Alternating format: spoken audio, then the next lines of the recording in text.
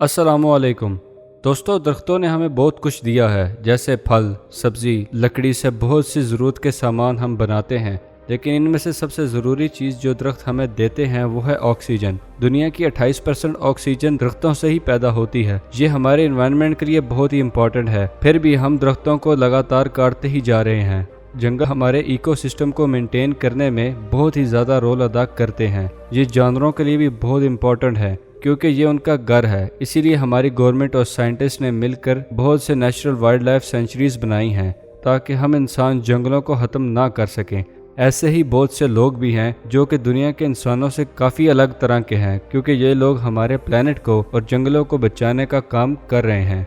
तो दोस्तों, मैं हूं अहमद खालिद, आप देख रहे हैं ब्रेन फैक्ट्स। आइए जानते हैं ऐसे ही कुछ लोगों के बारे में जिनसे हर इंसान को इंस्पिरेशन लेनी चाहिए और हमारे प्लेनेट को बचाना चाहिए, ना कि ख़त्म करना। नंबर 1, चाइना के सुपर हीरो। हमारी बचपन की यादें हमारे लिए बहुत ही प्यारी होती हैं। ऐसे ही टाबो वाटर और उनकी वाइफ के साथ था। जिस इलाके में वो रहते थे वो काफ़ी खूबसूरत और हरा भरा था। वो जहाँ रहते थे वो जगह तो काफ़ी खूबसूरत थी। वहाँ मुख्तलिफ किस्म के एनिमल्स भी रहते थे और अक्सर बारिश भी हुआ करती थी। सब कुछ अच्छा चल रहा था, लेकिन इंसानी गलतियों ने सब कुछ बदल कर रख दिया और ऐसे ही सैंड स्टॉर्म आने लगे, जिससे वो खूबसूरत एरिया बहुत ही डरावना बन गया। आहिस्ता आहिस्ता पास के बहुत ही करीब रेगिस्तान ने इस एरिया की हरियाली को निगल लिया और इसे भी रेगिस्तान बना डाला, क्योंकि हमारे रेगिस्तान काफ़ी तेज़ी से बढ़ते जा रहे हैं। सबसे बड़ी वजह लोगों की गलतियां ही हैं। ये रेगिस्तान किसी एक के लिए तो नहीं बना था, ये तो सब के लिए ही थे। लेकिन इससे निपटने की ठानी एक हस्बैंड और वाइफ ने, जो अब काफ़ी बूढ़े हो चुके हैं। इन्होंने इस रेगिस्तान को ख़त्म करने का इरादा किया, जो कि नामुमकिन है। लेकिन इन्होंने इस रेगिस्तान में दरख्त लगाने शुरू किए। चूँकि रेगिस्तान में दरख्तों को लगाना और बचाना काफ़ी मुश्किल काम होता है, इसलिए इन्होंने रेगिस्तान के तनाव माहौल से निपटने के लिए एक ऐसे ही सख्त दरख्त लगाने शुरू कर दिए, जिनका नाम है सेक्शल। ये झाड़ी की तरह नजर आने वाले दरख्त काफ़ी बड़े होते हैं और रेगिस्तान में आसानी से बच भी जाते हैं। ये दरख्त रेगिस्तान में ही लगाने के लिए बने हैं। इनको साल में एक ही दफ़ा पानी की ज़रूरत होती है।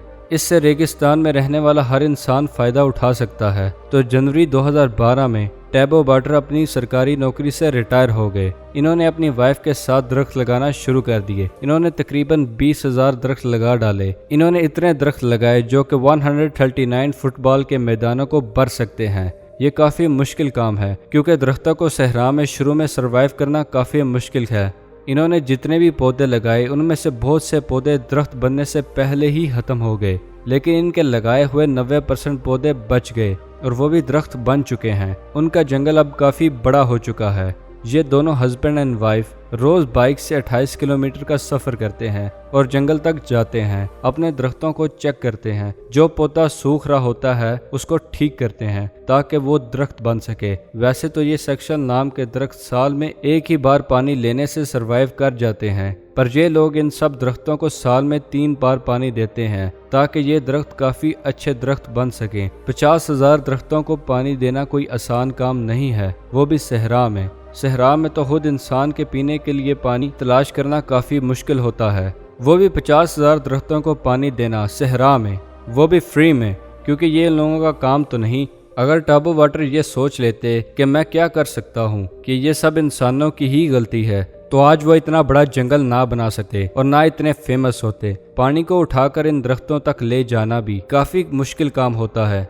इसीलिए पहले तो ये लोग खुद ही पानी को भर कर लेके जाते थे, लेकिन अब इन्होंने कुछ गधे खरीद लिए हैं। इनकी मदद से ये लोग पानी को जंगल तक लेके जाते हैं। नंबर 2, दरख्त हमारे लिए बहुत ही इम्पोर्टेंट हैं। ये आसपास के एनवायरनमेंट को ठंडा भी रखते हैं। दरख्त हमें बहुत से फ़ायदे भी देते हैं। ये परिंदों के लिए भी बहुत फ़ायदेमंद होते हैं। ये दरख्त कुछ परिंदों के घर भी होते हैं। एक और काम भी दरख्त करते हैं, वो ये है कि मिट्टी को बांधे रखना। इनकी जड़ें धागों की तरह काम करती हैं और मिट्टी को मजबूती से जकड़े रखती हैं।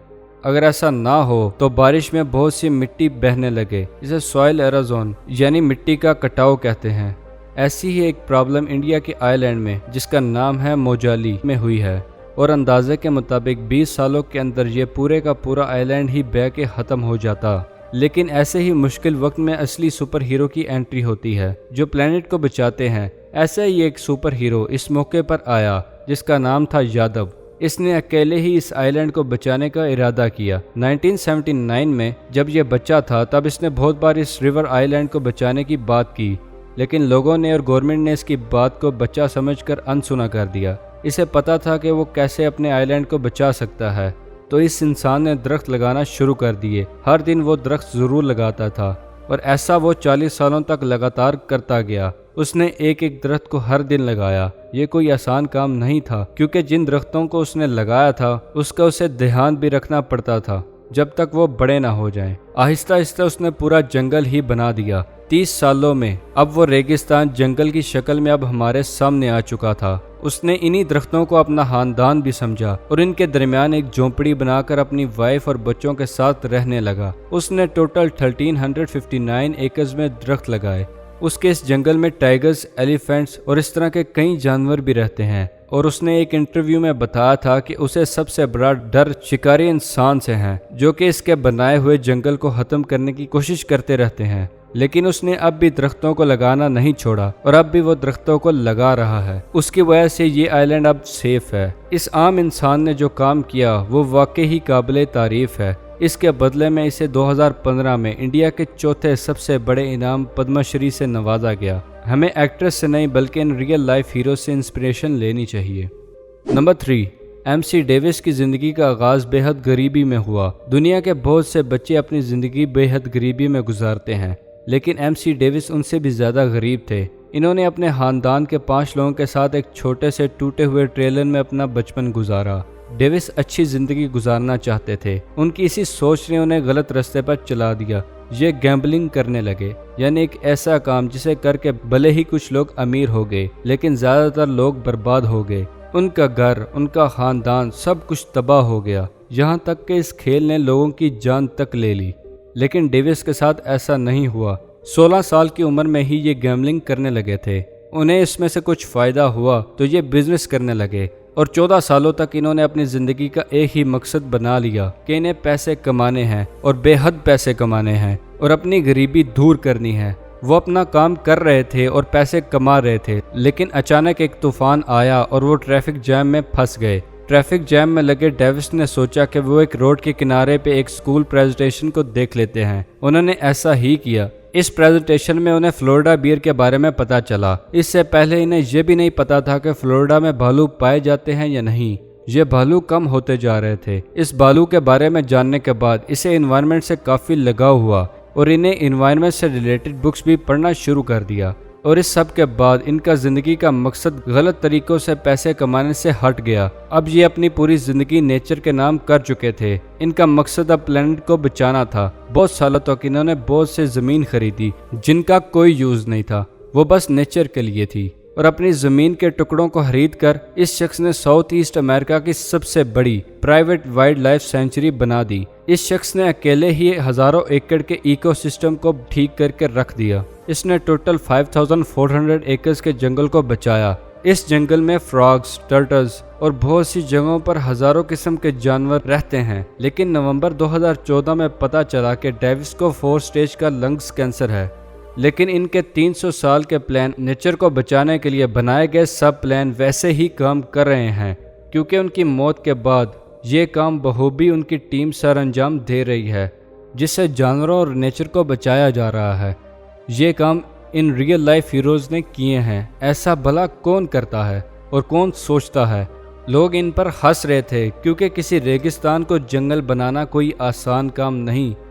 آپ خود جا کر اگر کسی ریگستان میں درخت لگانا شروع کر دیں کہ وہ جنگل بن جائیں تو آپ کے اوپر بھی لوگ ہنسیں گے۔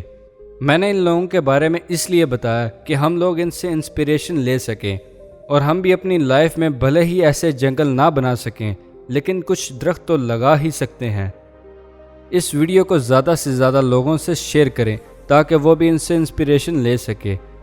ایسی ہی انسپریشن ہیروز کی انفارمیشن جاننے کے لیے آپ نے ہمارے چینل برین فیکٹس کو ابھی تک سبسکرائب نہیں کیا تو جلد از جلد اسے سبسکرائب کر لیں اور بیل آئیکن کو پریس کر دیں تاکہ ہماری آنے والی ہر نئی ویڈیو بذریعہ نوٹیفیکیشن آپ تک پہنچ سکے۔